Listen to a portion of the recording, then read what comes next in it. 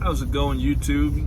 Happy, very cold evening to you from the Super 80 truck stop in Walcott, Iowa, where I am overnighting on my way back home to Chicago, at least to Chicago area more accurately. And I wanted to yak at you about a couple of things that just recently came across. Number one is that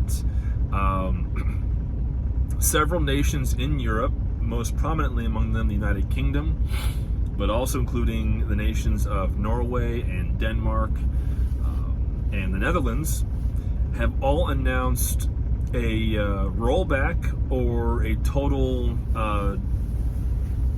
removal of restrictions regarding air travel into and out of their nations. They're removing, in some cases, testing requirements for people who are already vaccinated and or boosted, or they're just waiving all restrictions entirely, and enabling freedom of movement into and out of their nations. Norway is still, I think, requiring a negative test within 72 hours before you fly in from the United States and Canada and other nations, but only because Norway cannot verify the US CDC cards. I don't know what their situation is in relation to other nations and their vaccination documentation. I really have no idea.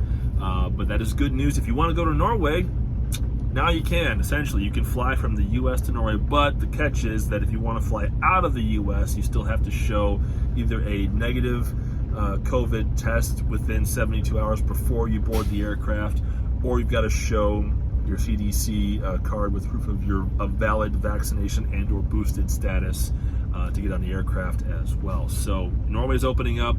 The UK essentially is announcing that has announced that they are going to be removing all travel restrictions into and out of the UK.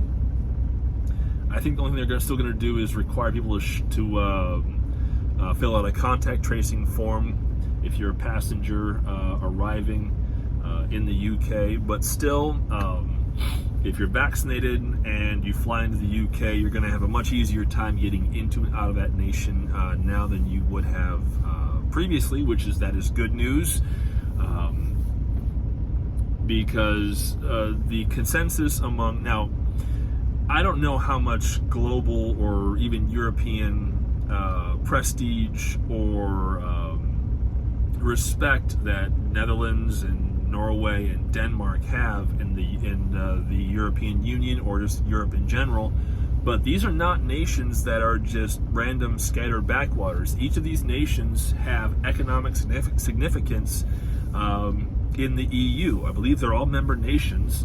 The UK no longer is because of Brexit, but still, even the UK is still considered a major gateway into and out of Europe, for the moment at least, until the fallout from Brexit is fully rationalized and realized and everything gets sorted out from that. And it is still, London is still a colossally important business hub, and the New York to London air travel route is still one of the busiest in the world, during normal times anyway. But also transatlantic flight to and from London is massive business for both UK-based and American-based, North American-based airlines.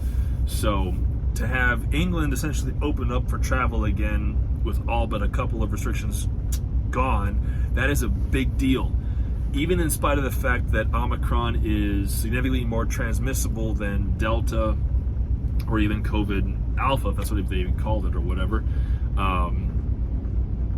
England essentially has accepted the fact that COVID in its various forms is now endemic, meaning it's here to stay. It's just now part of life. That they have decided that in order to try to bring, I don't know what the actual reasoning is, but they're just like throwing up their hands saying, screw it, whatever, we're done with this crap because it's no longer, it's just not, we can't enforce it, we can't stop it, we can't contain it, it's just there. Whatever the rationale is, good for them, because that means that logic, in theory, should soon migrate its way across the Atlantic Ocean and land smack in Washington, D.C. and Ottawa, Ontario, Canada. That would be ideal for both the United States government and the Canadian government to finally say, all right, we can't contain this. We can't stop this. The vaccines don't prevent it. They just keep you from dying from it, essentially, at least for 99% of people who get vaccinated.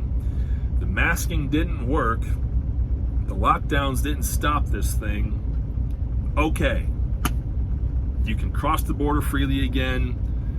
You can go about your lives again. You don't have to mask anymore. We're going to waive the mask requirements or the vaccine requirements. Have at it. Good luck.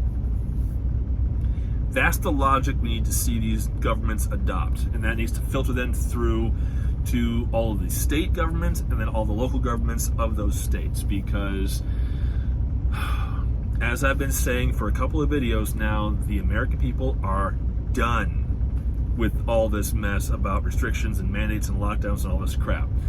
The Freedom Convoy in Canada is a welcome wake-up call, and I want to again give huge props to all the Canadian truckers up there in Canada who are protesting and doing so peacefully, or as peacefully as they possibly can, and making themselves heard, making themselves known, and just very clearly telling their government, start changing stuff or you're going to have a problem, because we're not moving freight.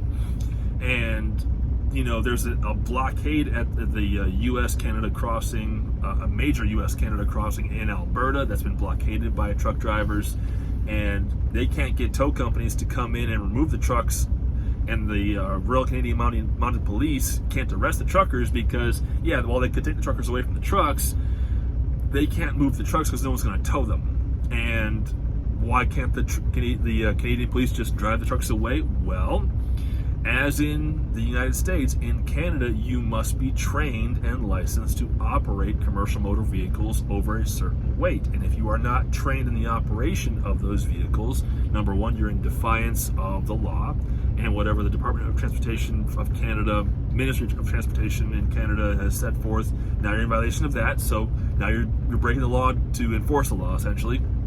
No. But also now it's a huge liability issue because those trucks belong to companies, they belong to individual owner-operators, and even though if they were to be driven away by the mounted police are now then exposing themselves to lawsuits for damaged property if the police do not properly handle the impounded equipment, because even though they would be removed in a lawful fashion or through lawful decree or whatever, in theory, I don't believe I'm correct, but I'm just, for example, damaging trucks and trailers is far and away more expensive than damaging, a four-wheel personal vehicle like a small car or a pickup truck or an SUV, because all the parts on these trucks just cost far more money than they do on your regular sedan or your hatchback. That's just the way it is.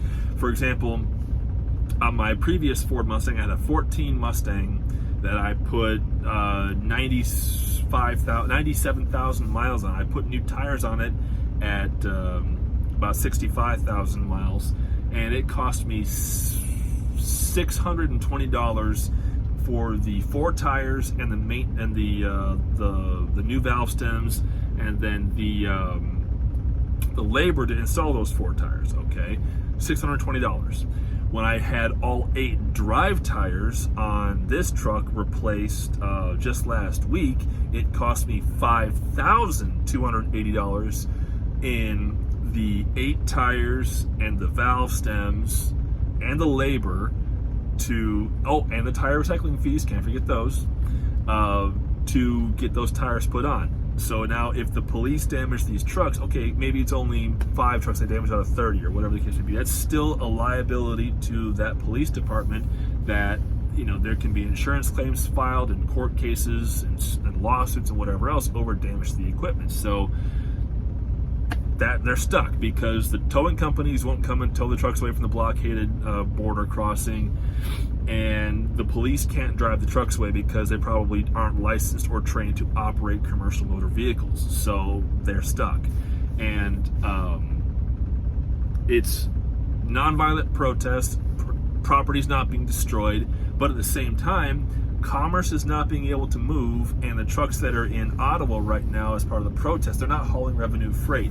Now, if it's 1,000 trucks, for example, in Ottawa, I have no idea how many. I'm just going to use 1,000 for an example. Each of those trucks, if they were moving a dry van trailer, a 53-foot dry van trailer, that's about 23 tons of revenue freight at maximum if they're corresponding to the US DOT maximum gross vehicle weight rating of 80,000 pounds or 40 tons. 23 tons times 1,000, well, that's 23,000 tons per day that those trucks aren't moving. They've been protesting in Ottawa for about a week now. So 23 times 7 times 20, 140. 3 times 7, 21. 161,000 potentially 161,000 tons of revenue freight has not been moved by these trucks in Canada over the course of this protest. Now, 161,000 tons of freight, potential weight, or potential tonnage, that is essentially about 10 freight trains worth of goods, of material, of food, of products, of raw materials not moving. Okay? Now, every day those, again, for example, 1,000 trucks. I don't know, I've heard it was 500, but I'm sure it's more than that by now. If it's 1,000 trucks, 23,000 tons of freight per day, if they're only pulling 53-foot dry vans and their gross vehicle weight rating is 80,000 pounds, it's about 23 tons of freight revenue they can put in those boxes and meet that 80,000 pound limit. That's millions of dollars of goods not moving. That's going to cause a trickle-down effect through the Canadian economy affected by those trucks not moving freight.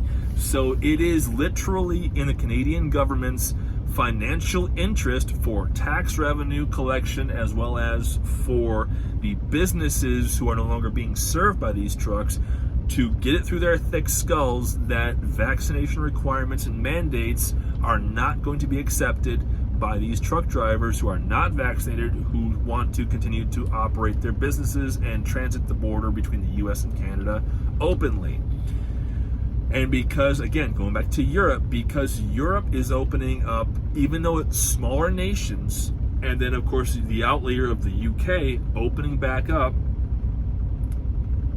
we are now at the tipping point where eventually in the next couple of weeks and probably in the next month, more nations with political significance on the world stage are going to be announcing a reduction in or removal of restrictions pertaining to the coronavirus. That logic needs to migrate over to the US and Canada really quickly, because again, both political parties are going to be suffering political ramifications, electoral ramifications from how they are handling the either maintaining restrictions or seeking to remove restrictions pertaining to the coronavirus. Because the American people, again, are done. And in Canada, they're done. We're all done. COVID has reached endemic status, meaning it is just part of the human population now. It is going to stick around because it's the new flu. Different flavor of flu, but still the flu, and it's here. And we just are going to have to deal with it. The vaccines will help keep you from dying of COVID. Okay, great. They won't stop you from getting it. The masks won't stop you from getting it. But the vaccine helps you not to die from it.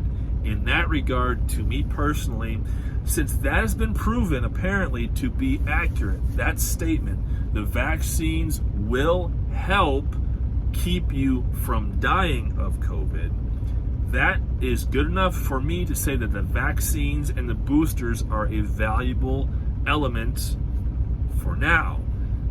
If new science comes out and says the vaccines are completely worthless, well, then the booster I got a couple of weeks ago will be the last booster I get as it pertains to COVID. But that will depend on the science that comes out and if it can be verified and vetted, because that's the age we live in where nothing can be trusted anymore. So there we are. The world, in very slow drips and drabs, is opening back up. Denver, Colorado is leading the charge in the U.S. Glenn Youngkin in Virginia is signing executive orders to repeal emergency authorities and mandates in Virginia. Okay, that's Virginia, and then Denver, Colorado. That's it so far, in a manner of speaking. More of that needs to happen because we want our lives back, people. We want to go back to how things were in a wishful thinking capacity. We're not going to get back to what things were like in 2019 because 2019 is gone. 2019 was 2 years ago. It's gone. The new normal will need to be reshaped by all of us being intelligent to each other and among each other by understanding for ourselves how the vaccines are going to affect our personal health, understanding if they truly are beneficial for us to get jabbed with, and really looking into the information available to determine what is and is not true, reading between the lines to find where the actual message actually is, and not blindly adhering to the red ties or the blue ties because that is your affiliation of choice, because all of them have lied to us. None of them can be trusted because they have all, to a person, to the very last person, they have abused their position, they have abused their authority, they have deceived the American people, and we only vote for them to be reelected because in some cases they're better than the other person. And that is true for the red ties and the blue ties, as Bill Burr calls them, which I think is pretty apt. So, I wish I wasn't ranting. I feel like I'm ranting, but I think I'm entitled to rant at this point. Because I've been to 30 or more states in the last 2.5 years. And I've seen just how done we are with it. The people who feel they need to mask are masking. The people who just don't care, they don't mask. Businesses have signs up that says, please wear a mask, or mask required for entry, and yet you walk in, no one's wearing a mask. We have reached the point where we're done. It is time, I think, for the governments to just say, you know what? Okay, we're done too. No more mandates, no more restrictions, no more requirements. Just don't be stupid, because we lifted all the requirements. Now it's on you to not be stupid. But this is COVID, and if you've been exposed to it by now, either you had symptoms or you were a carrier or whatever. I know I was exposed to it at some point over the last 2.5 years. How could I have avoided it? Because I wasn't just pure over-the-road drop and hook or, dock to dock. I was doing store delivery for a long time during the pandemic, from March to September, actually, in 2020. I was doing store delivery. I was going to strip malls and delivering freight to, Dollar Tree stores when I drove for Werner. I have operated in high-risk areas. I've operated in, null-risk areas. I have been all over, the eastern half of the U.S., everywhere but New England itself, essentially. Yeah. And I have yet to actually contract COVID, where I was symptomatic and needed to isolate or whatever. I mean, I've gotten vaccinated, and I had a mild set of symptoms when I got my first vaccine. I got the Johnson & Johnson jab, as I just talked about in older videos. But when I got my Moderna booster just a couple of weeks ago, no symptoms at all. So, it is what it is. But it's time to get back to normal, and it's time to let normalcy return, and it's time to let freedom ring. So thank you all for watching my rant. I hope you are doing well. Hope you are safe. I hope things are going well for you whenever and wherever you are.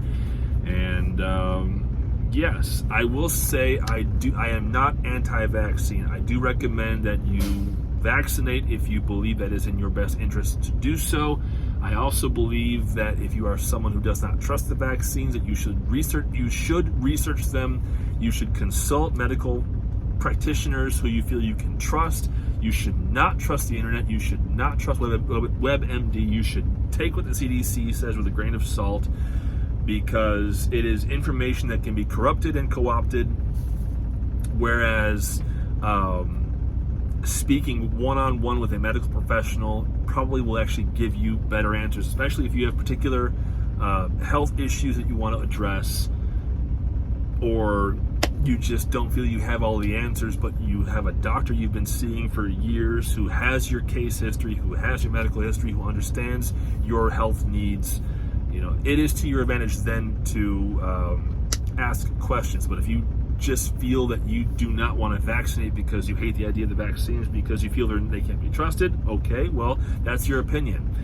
I made the gamble to trust the vaccine and the booster.